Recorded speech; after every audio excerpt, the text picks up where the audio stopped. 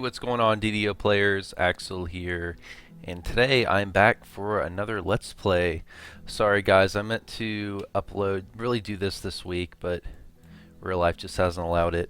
But I'm going to continue where I left off last time and start on the part 3 of the Druid Deep chain, Thorn and Paw. This one I haven't run in quite some time, but I know this one involves a lot of electricity spamming, so you want to make sure you have a resist electricity, which I'll find here in a second. I did make it to level 28 since my last solo, so this shouldn't be too difficult. I think it's level 25 on Epic Elite for this quest level, and I'm at level 28, so a little bit above it. The big thing about hitting level 28 is you get to equip that shadow plate, which really makes the hits you take in Epic Elite a lot easier to deal with because you get that DR. A lot of stuff's been happening in the game this week. We had an update. I have not made a video reviewing the update. I normally make a update review every update, but this one we didn't get any new content, so I don't really see the point. Yeah, we got a new class, but it's going to be quite a while until you can really review a new class, if you even wanted to. But we have to have let the player base play with it for a while. But Druid, not Druid, but the Warlock class, I haven't even played with much. Just a little bit on Lamania, but other than that, I haven't bothered.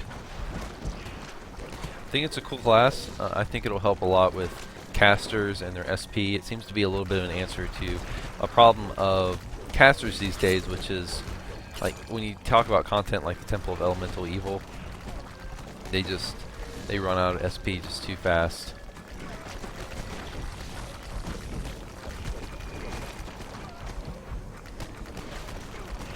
If you like to kite and you like to spam, Warlock might be for you. I've heard it's really powerful at early heroic levels. A lot of people are saying it's very overpowered at low heroic levels. I don't know if that's true or not, but it's what I've been hearing.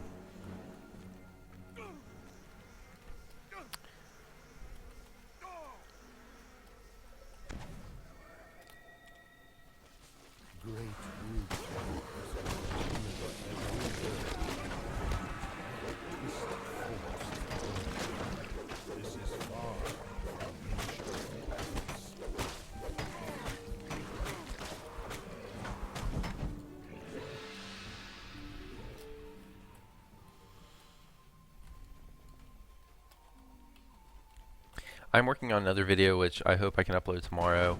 I'm not going to tell you what it is, but it's me giving my opinion on a very controversial topic that's been talked about a lot lately on the forums. Hopefully I'll have that up tomorrow. Maybe not, but we'll see.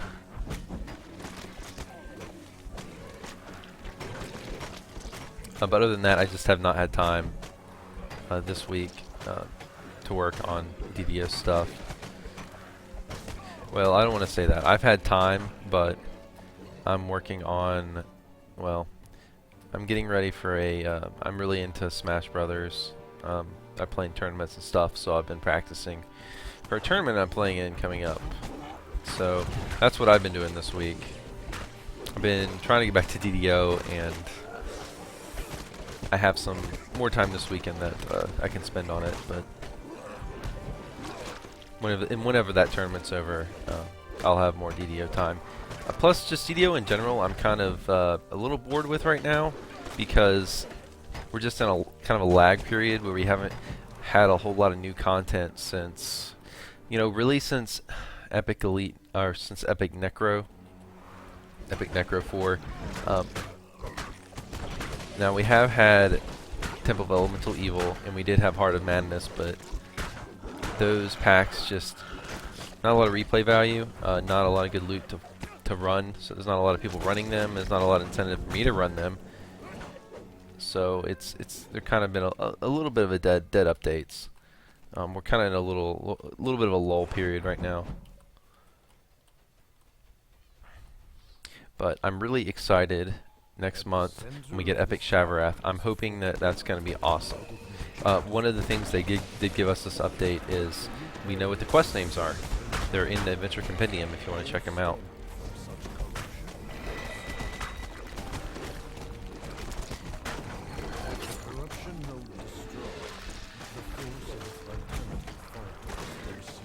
And it sounds like, just what I've heard, I'm not confirming anything, that the adventure pack is going to be more focused on the angel side of the Devil Angel War.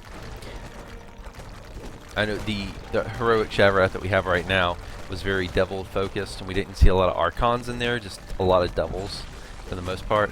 So I'm thinking we'll get probably a lot of enemies spamming light damage. So if you're a Pale Master, I would be really scared of this next update. But if you haven't heard, it is going to be a brand new adventure pack in Shavarath. It's not going to be a revamped version of the old Shavarath, which I really, honestly, from the next update, I really hoped we would get both Epic Shavarath and a new Shavarath pack. That's probably asking a little too much. The developers probably just don't have, time to do that, unfortunately. Staff is smaller than it used to be, so they can't put out as much content as we would like, and something we kind of have to deal with and accept.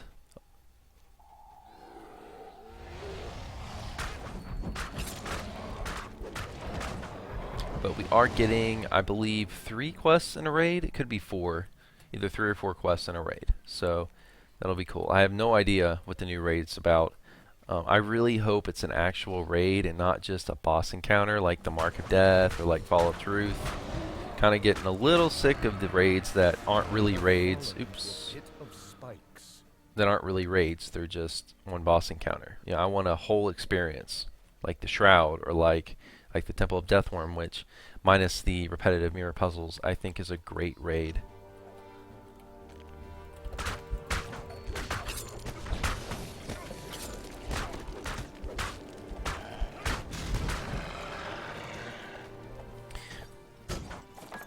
Yeah, my last Let's Play, I was soloing, I was soloing at level 27, and I can really tell the difference at level 28.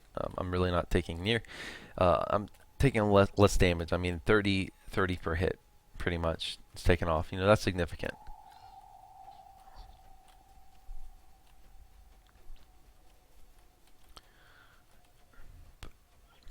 But I'm just sort of autopiloting through this quest.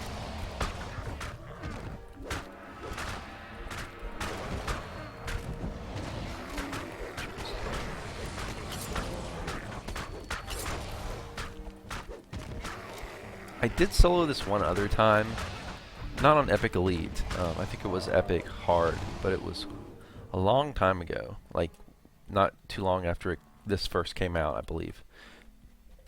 And I remember running around here in circles a little bit, so hopefully I don't miss anything that I'm supposed to kill. You have to destroy the corruption nodes. I don't even know where those are, so just try to fill out all the black on the map.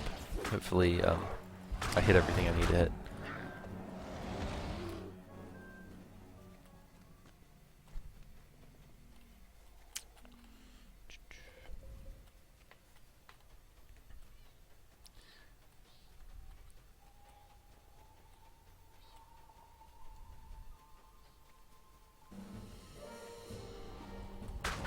I was wondering if I could go north here from the center. I guess I can.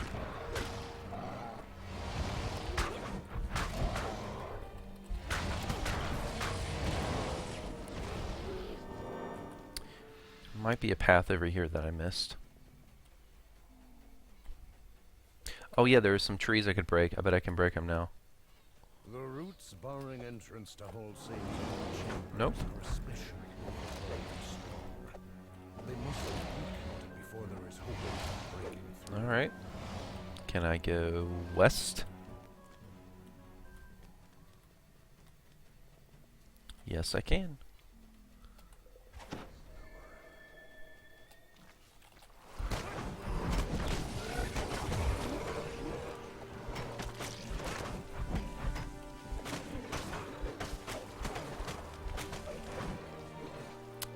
Now that I'm level 28, I do want to start trying to solo some more of the in-game stuff. I want to give Epic Elite Temple of All a shot, and then if I can get through that, which I should be able to. I haven't. Have I ever? I don't know if I've ever soloed that on Epic Elite. I mean, I've run it with parties on Epic Elite probably 40, 50 times, but I don't know if I've tried to solo that one. But I'm probably going to go for that one next. Maybe not. I also want to hit some of the mid-level stuff, maybe some giant hold. But maybe try that, and if I can get through that, maybe challenge myself and go for Flesh Makers or Inferno of the Damned. I don't think there's any way I'm going to be able to solo Ghost of Perdition though. I don't see any way of me getting through that in fight. Maybe it's possible, but it would be very, very tough. Of course, the good thing about running a Battle Cleric build is you do have multiple ways to restore yourself naturally.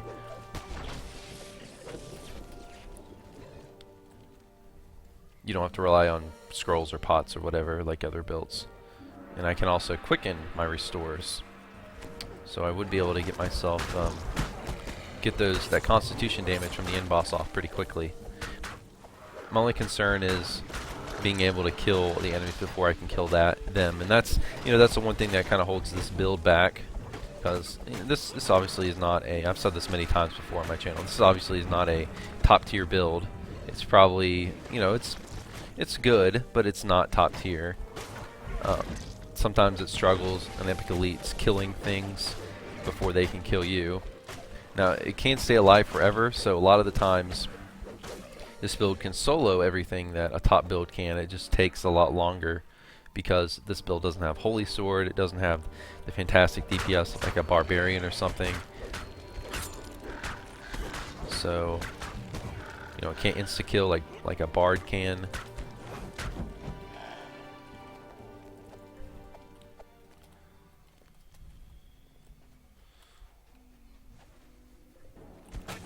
But that said, I did solo 2 Epic Elite raids on this build. So maybe Ghost of Perdition is possible. I mean, I've seen other melee builds do it. Now they've been Paladins or Barbarians, but I don't know. Actually, I don't know if I've seen a Barbarian do it. I'm sure a Barbarian has done it, but I've seen Paladins do it. But I don't know about Barbarians. Although I'm like I said, I'm sure it's possible. Barbarians are freaking awesome right now. Like, they have like the best self-healing in the game. It makes no sense. They make me jealous of they have like a better version of Aura basically, because it never wears off. It never has to be recast, and it goes off on a hit. It procs on hits, so it can proc a lot faster. So you can stand there and huge mobs of monsters and just cleave and heal yourself.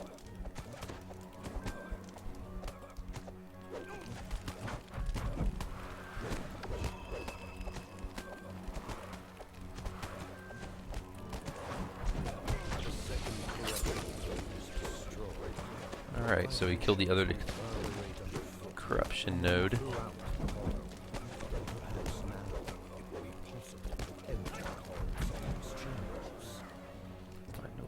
Okay, now I'm guessing that I think these are optionals. Yeah. Okay, I really don't want to fight that bear.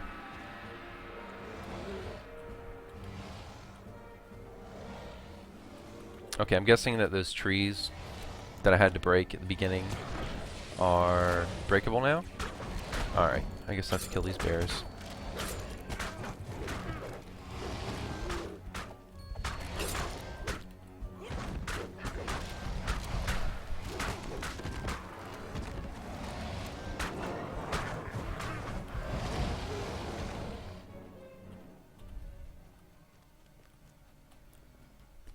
I don't know why I'm clicking these. There's no way I'm going to find enough to get that optional.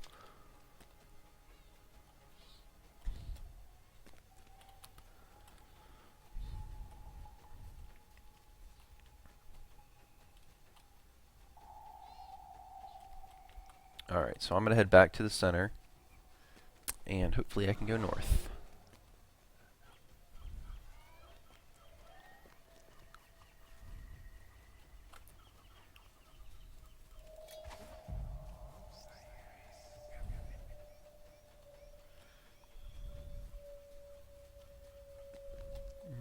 May as well hit up the shrine. Yeah, I'm going to kill these bears first.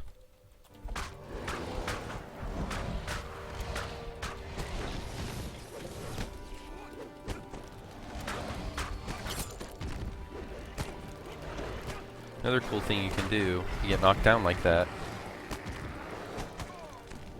Shoot, that was not good. That champion is annoying.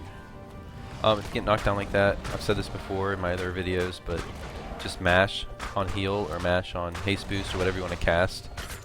You can actually cast those spells while you're in your getting up animation, the animation when you're getting up off the ground. So it's a nice little helpful tip. I use it all the time.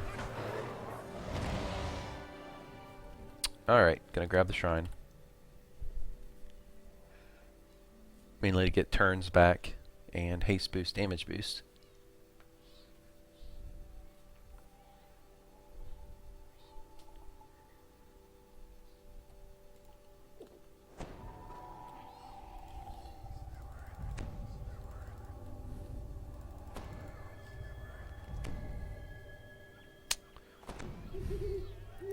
I just realized that whole quest I didn't have my right goggles on.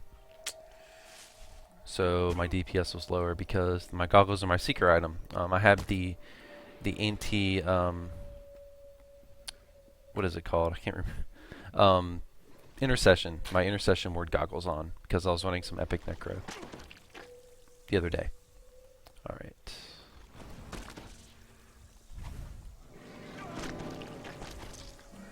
Alright, build up Blitz, and I should have cast my scroll before I hit Blitz.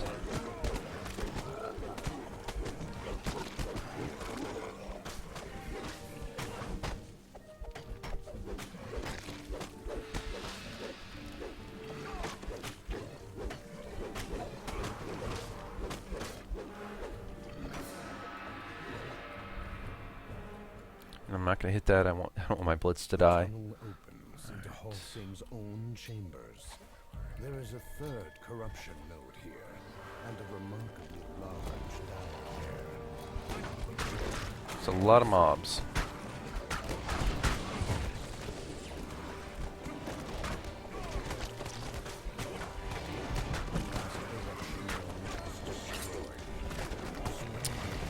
I see 2 champs.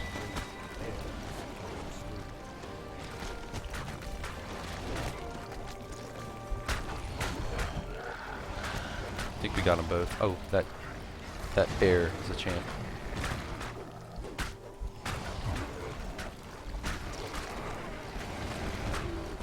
I don't know if it's still this way, but one thing that's helpful to know, champs, while they do get a lot of boost to their DPS, they do not get any bonuses to their saves, so they're just as susceptible to like crowd control or tripping or stunning as any other mob.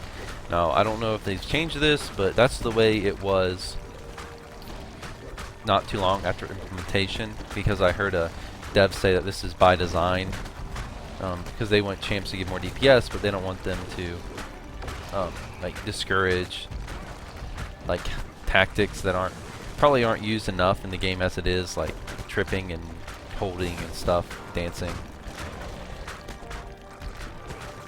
That's one thing I liked about the original champions before they nerfed them, which I wish wouldn't have happened. Even though they put out huge amounts of DPS, they were still susceptible to stuff like dance and hold. So it kind of encouraged more team-based play and more support and crowd control, which I thought was really good for the game, because DPS, I think DPS has kind of become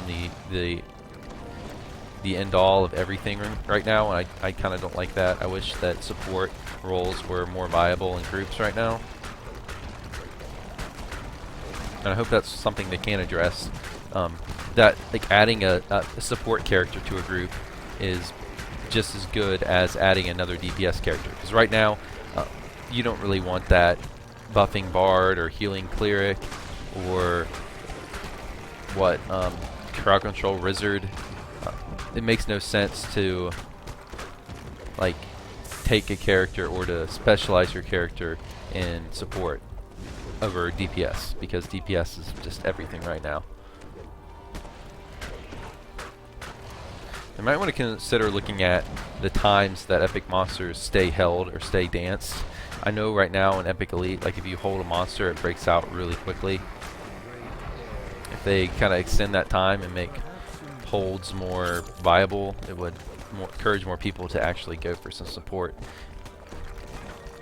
Not that I want groups to be needed or team play to be required, but I want it to have a place. I want, if you want to build a support character, I want it to be worth it in a group. I don't want it to be required, but I want it to be worth it.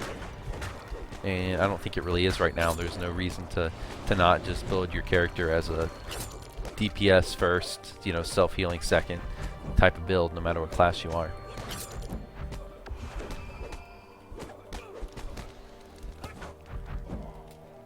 The great dire bear and her druid companion have fallen.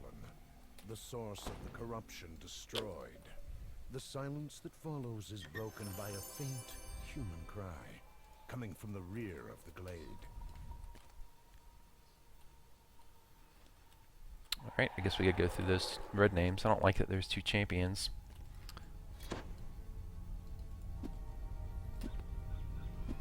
Yeah, I tried to pull one, but I don't know if it'll work.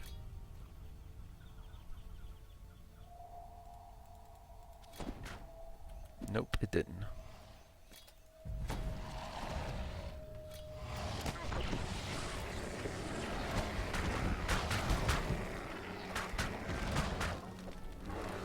Yeah.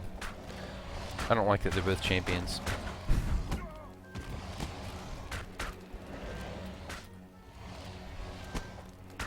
And they obviously have true saying on this place was not doing anything.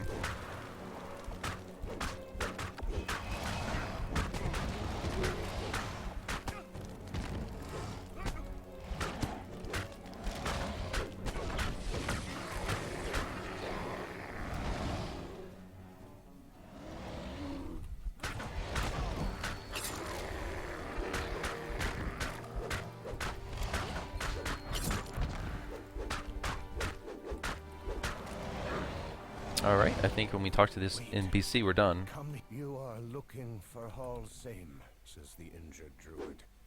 He is not here. He has gone to Druid's Deep. With that, the last of light. Alright, well that's Thorn and Paw Epic Elite. Thanks guys for watching, and I will have more of these. I'm going to try to do the last quest in this chain. And then from there, like I said, I'll move to either some Giant Hold, maybe some Epic Necro. Haven't decided yet. But thanks guys for watching, and I will see you next time. Oh, and please do me a favor, hit like and subscribe if you enjoyed the video. And thanks guys, that's all.